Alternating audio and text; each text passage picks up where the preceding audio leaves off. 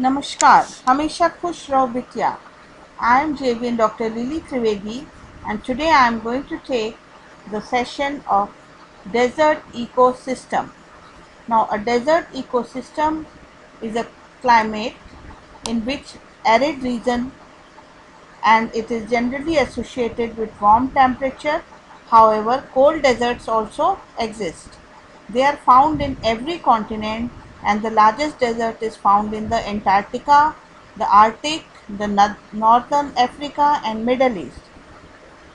Now, the desert experience a wide range of temperature and conditions.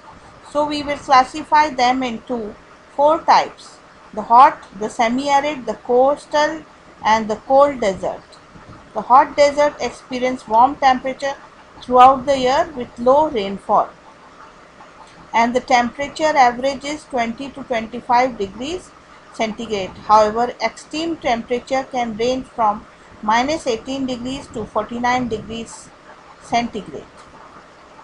The semi-arid desert also experience the similar condition to desert region, and however there is less extreme of temperatures.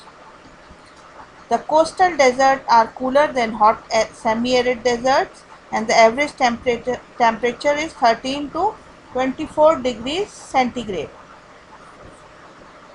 The cold deserts are similar in temperature to coastal deserts. However, they receive the more annual rainfall or precipitation in the form of snowfall. Now, in the desert region, there are rain blocking mountains, and the distance from the ocean are the two features that contribute to the desert aridity. Since the rain is blocked and the desert occupies one-fifth of the Earth's land surface, and it occurs in the southern hemisphere and the northern hemisphere between 15 to 35 degrees latitude. Now we will come to the what is the condition of the cloud. Now the dust clouds are mostly formed in the windy and the arid climates, and the desert dust clouds could have enhanced rainfall, but it is inhibited by the absorbing moisture from the atmosphere. Now we will study the landscape. What type of landscapes are present in the desert? We have the oases, the rock outcrops, the dunes, and the mountains. Now, erosion over time due to wind and rainfall also creates beautiful canyons in the landscapes. Now, let us discuss about the animals. Now, in the main desert, the temperature and the arid extreme temperature and the arid conditions are responsible for the adaptations of the animals. For example, the desert grasslands are more humid and slightly cooler than the surrounding ecosystems. The animals obtain energy by eating the surrounding vegetation. However, since the desert plants are less and difficult to consume, to avoid the extensive temperature, the majority of the desert mammals are nocturnal, living in burrows to avoid the intense desert sun during daytime, and they come out at the night. The burrows prevent the overheating and dehydration, and they maintain the optimum temperature of the mammals. Now, the dry alkaline soils are present there, and net production is low. So it affects the feeding patterns of the herbivores and the carnivores. The desert climates are demanding on the endothermic organisms. Now, how do they adapt themselves to this desert? Now, they adapt in the form of that they are able to balance heat production and heat loss and maintain a comfortable temperature. Now, where in the desert, where the ground and the air temperature exceeds the body temperature, it is the endotherms have to dissipate the extra amount of heat which is occurring, and in order to that they have the relaxation of homeostasis, and they are nocturnal in nature. Now we have the nocturnal desert rodents like the kangaroo rat, which in the daytime is in the burrows and at night comes out to seek food.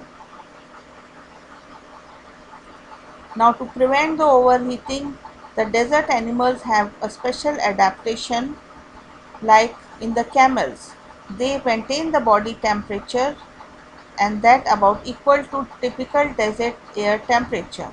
Now this temperature adaptation in the camel is due to the large amount of water which it can retain for extended period of time.